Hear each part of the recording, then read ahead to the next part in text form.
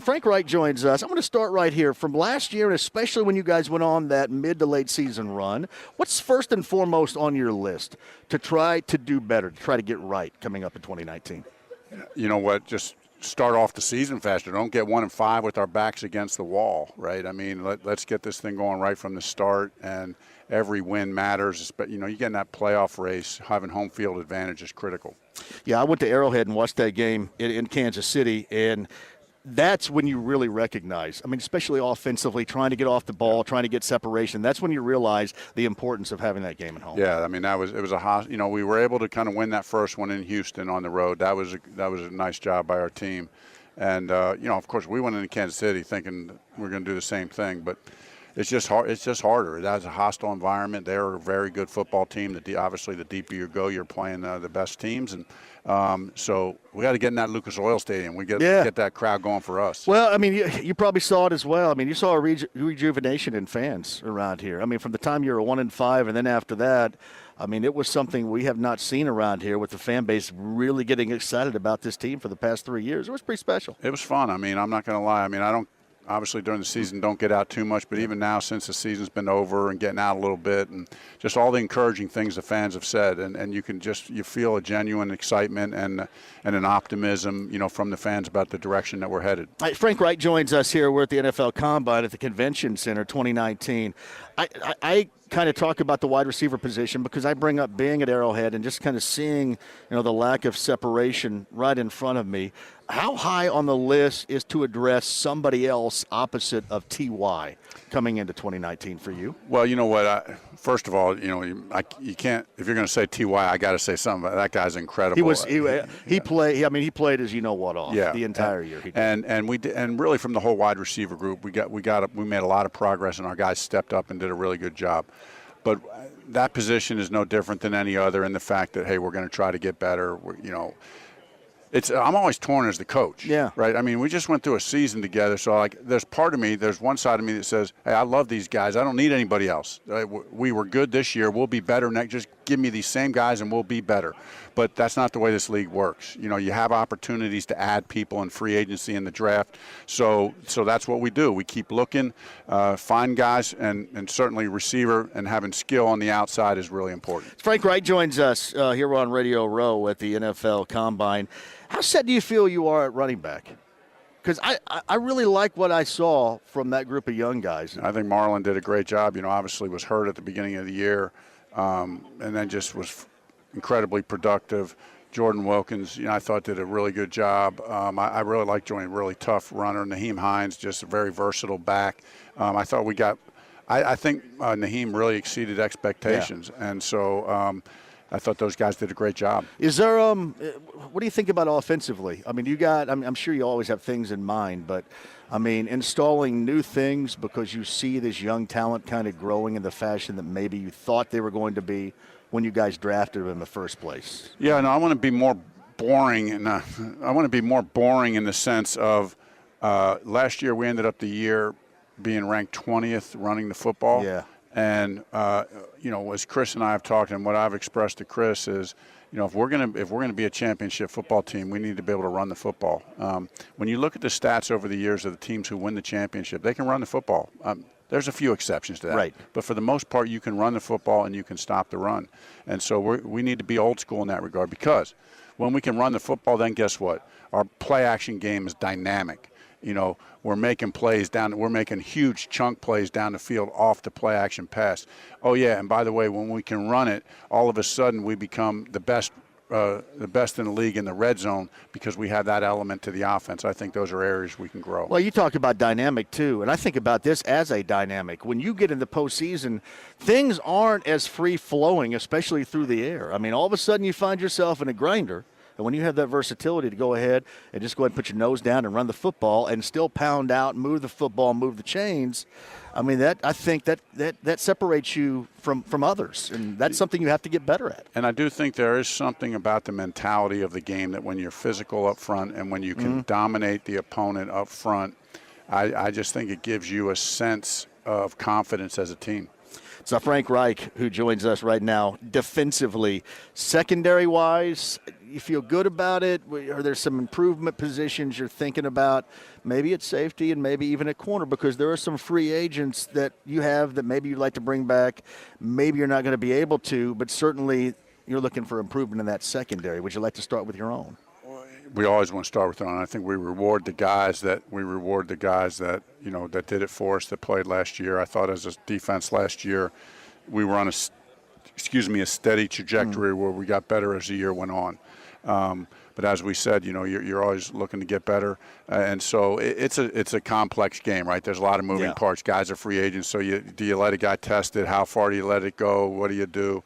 Who do you bring in? Those are all questions that you evaluate case by case, and you look at it. And Chris just does a phenomenal job at those things. We talk through all those things, and then ultimately the other piece that what we talk about is the other good way to make those guys in the secondary to improve that is just continue to get good up front. Right on both sides of the ball, not just offensively. So continue to put pressure on the passer. I thought we did at times we did a really good job of that this year, but we can even get better there. You said a little bit earlier that not everybody can fit in your locker room, I think, or at least something close to that quote. What do you mean by that? We're trying to build trust, and we got some strong leaders in our locker room, and we believe in doing things a certain way, and it's not for everybody. This is a team first. This is a team-first approach. We're a very unselfish team, and that starts with our star players, guys like Andrew and guys like T.Y. Those guys are as unselfish for being elite players. They're incredibly unselfish. It's about team, and there's a commitment. Man, these guys work. Yeah. You watch the way these guys work day in and day out. Watch how Jabal Sheard works. I try to get Jabal Sheard to take a day off late in the year. He's a little bit of an older guy. He's dealing with some injuries, and I'm like, hey man, why don't you rest up for Sunday? I can't get him. He won't take. That's not everybody. That's not the way everybody practices, but those are the guys we want in our locker room. Jack Doyle had the surgery on his hip. What do you think about his? Yeah, we're optimistic. It was unfortunate, but the procedure went well, and all reports, we're all optimistic that by the time he'll be healthy. And then, as we always say, he's healthy, but then it takes a game or two to kind of gain your full confidence back. This might be more of a question for Chris, but I'll ask you since you're sitting here. Is it tough when you have presumably all this money to spend in free agency and an owner who just is ready, willing, and able to spend it because he wants to win and win right now? Is it tough not to go all in and, utilize it as such? I think what Chris does such a good job of and is that, just a vision for what we're trying to accomplish. And, one of the things that I said earlier was we really got to be disciplined that when you go as far as we did this year, and in many respects, even though we didn't get where we wanted to go, in other ways exceeded expectations, we went up that mountain, but we didn't get all the way to the top. You got to be careful that you just don't start grabbing for straws and thinking, hey, it's just this. If we just get that, then that's the answer. And just look back, that's usually not the answer. So be methodical, disciplined, do all your due diligence. When the move is right, make the move. If it's not right, then stay pat. What was most enjoyable out of your first year as head coach here? It's the players, man. That's where you coach because of the relationship with the players. And for me as a head coach, for the first time in my career, really having a chance to invest into the whole team, not just the quarterbacks, or not just the whole offense, the whole defense. Every player, and that was really rewarding. On the other side, what do you think you got to get better at in year number 2? What'd you learn from yourself on the fly? Well, certainly as a play caller, you look back and you look at situations and you say, and I can't think of any right off the top of my head. I know there's multiple ones. Like I think of the Jacksonville game. Okay. We get shut out in the Jacksonville game. As a play caller, that's just unacceptable. We got to find a way to get points on the board early in that game, so we don't get shut out and put ourselves in a better position to win. So, and then it's always trying to find ways to stay with our same theme, and our theme and message isn't going to change. It's going to be, we're going to surrender the outcome to focus on the process. It's going to be about the people, and don't get bored with that. And and just fight, and just continually fighting to get better every day, and just don't ever let up. Don't let your guard down. Former player, former quarterback, now coach, former offensive coordinator. Do you struggle for long periods of time after the game with play calling, second guessing yourself? Yeah, I mean, I would say I wouldn't call it second. Yeah. I guess you get mad at myself, Right. you know, when if I make a call, you know, and I know I'm really hard on myself, you know, and then there's times where I think that was a bad call. Why did I call that play? You know, I mean, thankfully. I've heard you say that to Matt before Yeah. on the Monday show, Yeah. and it occurs to me that as a player, as a coach, that would have to haunt you a little bit to the point where you just got to live with it. That's just you. You do have to live with it, and it drives me to get better. You know, It drives me to get better. It's kind of like as a quarterback, you know, you're not going to make every throw. When you make 70 play calls in a game, there's typically going to be one or two that you're not happy about. It's Frank Reich here. Where do you raise the bar? You talk about the process and all that, but, I mean, people out there are going to say, here are your expectations.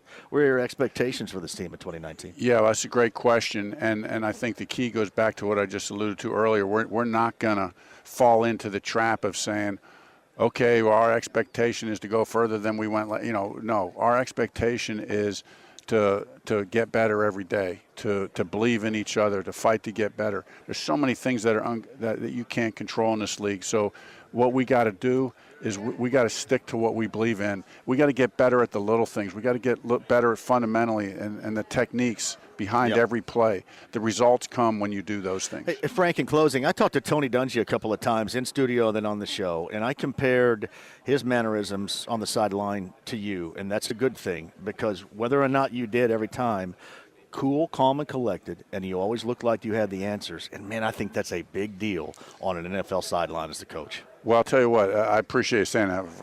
I mean, to even mention it in the same line as Tony Dungy, now that's certainly not deserved, but Tony's a mentor to me. I still call, I call Tony. You know, when I need somebody to lean on, need some wisdom, He's always got all the answers. I mean, it makes you feel better when you talk to him, Frank. He does make me feel better when I talk to him. That is for sure. All right. Thank you for stopping by. Hey, thanks, guys. Frank Reich, Colts head coach, live from Radio Row. Quick break, Tony. We're back with you next. Oh, thank you, boy.